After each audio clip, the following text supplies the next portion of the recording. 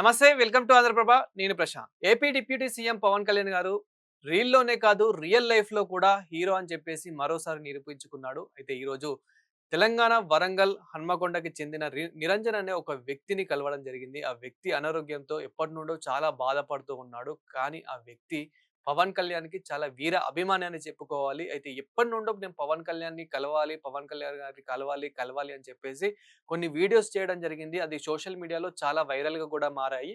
అయితే ఇదే క్రమంలో పవన్ కళ్యాణ్ గారు ఈరోజు రావడం జరిగింది. హన్మకొండకి చెందిన నిరంజన్ అనే వ్యక్తినైతే కలవడం జరిగింది.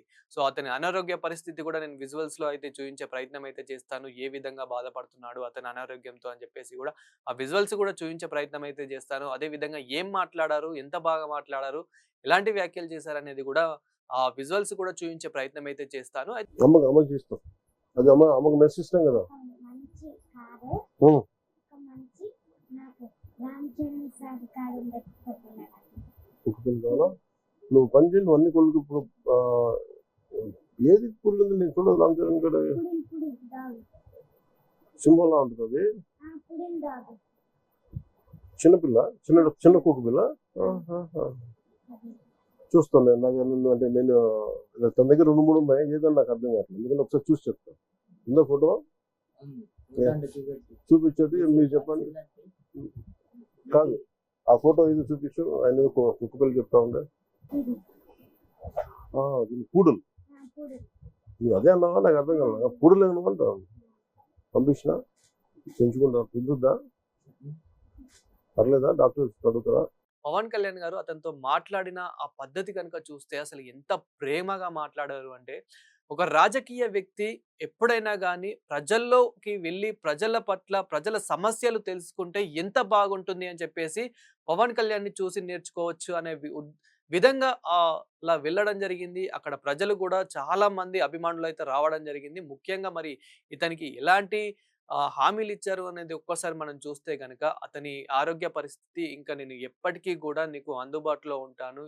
ఎలాంటి మెడికల్ కి సంబంధించిన ఎలాంటి ఖర్చులున్నా నేను చూసుకుంటాను. ఇంటి సమస్యలు ఎలాంటివి ఉన్నా గానీ నా టీమ్ చూసుకుంటుంది అని చెప్పడం జరిగింది. అంతేకాకుండా ఒక ₹1,00,000 కూడా అందజేయడం జరిగింది.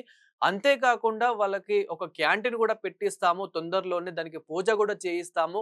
ఇంకా ఏవైతే మీకు కొన్ని అవసరాలున్నాయో వాటిని కూడా మా టీమ్‌తో మాట్లాడి ఇప్పుడే నేను శాంక్షన్ చేపిస్తాను అని చెప్పేసి కూడా చెప్పడం జరిగింది.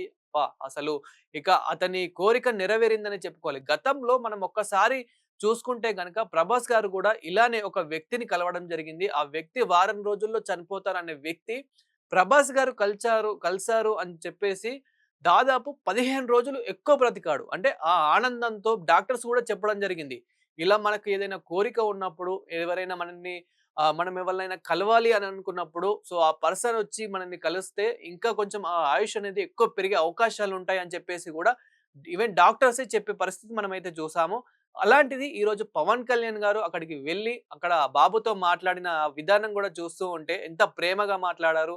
అక్కడ బాబుని ముద్దాడడం గానివ్వండి, వాళ్ళ తల్లిదండ్రులతో మాట్లాడడం గానివ్వండి, వాళ్ళకి ఏమైనా హామీలు ఇవ్వడం గాని ఎంత బాగా మాట్లాడారనేది మనం ఒక్కసారి నేను చివర్లో విజువల్స్‌లో నేను చూయించే ప్రయత్నం అయితే చేస్తాను. అదే విధంగా బాబు ఫన్నీగా కొన్ని మాట్లాడడం జరిగింది. ఇంకా నేను 'రామ్ చరణ్' గారు పెంచుకునే ఏదైతే కుక్క ఉందో, ఆ కుక్క కావాలి అని చెప్పడం జరిగింది. అప్పుడు పవన్ కళ్యాణ్ గారు వెంటనే స్పందించి, పవన్ కళ్యాణ్ గూడా "నీకు మంచి కుక్కని కొనిస్తానులే బాధపడకు" అని చెప్పడం జరిగింది. సో, ఇలాంటివి గూడా చిన్న చిన్న కోరికలు అంటే అవి ఆహ్, బాబుకి పెద్ద కోరికలే అయ్యుండొచ్చు గానీ, సో, పవన్ కళ్యాణ్ గారికి ఇవి చిన్న చిన్న కోరికలే కాబట్టి, సో, అవి వెంటనే తీర్చేస్తామని చెప్పడం జరిగింది.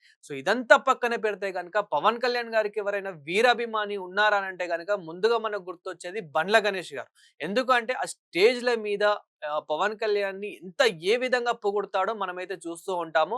సో, అలాంటిది పవన్ కళ్యాణ్ గారు ₹1,00,000 అందజేసి ఇవన్నీ హామీలివ్వగా, సో, ఇప్పుడు బండ్ల గణేష్ గారు దాదాపు 5,00,000 వరకి నేను సహాయం చేస్తానని చెప్పేసి ఈరోజు ఒప్పుకోవడం జరిగింది. సో, ఈ నిరంజన్ అనే వ్యక్తికి ఇప్పుడు బండ్ల గణేష్ గారు 5,00,000 కూడా అందజేయడం జరుగుతుంది. అంతేకాకుండా ఇప్పుడు పవన్ కళ్యాణ్ అభిమానులు కూడా ముందటికొచ్చి ఇప్పుడు వాళ్ళు కూడా ట్వీట్లు చేయడం జరుగుతుంది. మేము కూడా పవన్ కళ్యాణ్ గారి అభిమానులమే. మేము కూడా సహాయం చేస్తాము అని చెప్పేసి కూడా చెప్పడం జరుగుతుంది.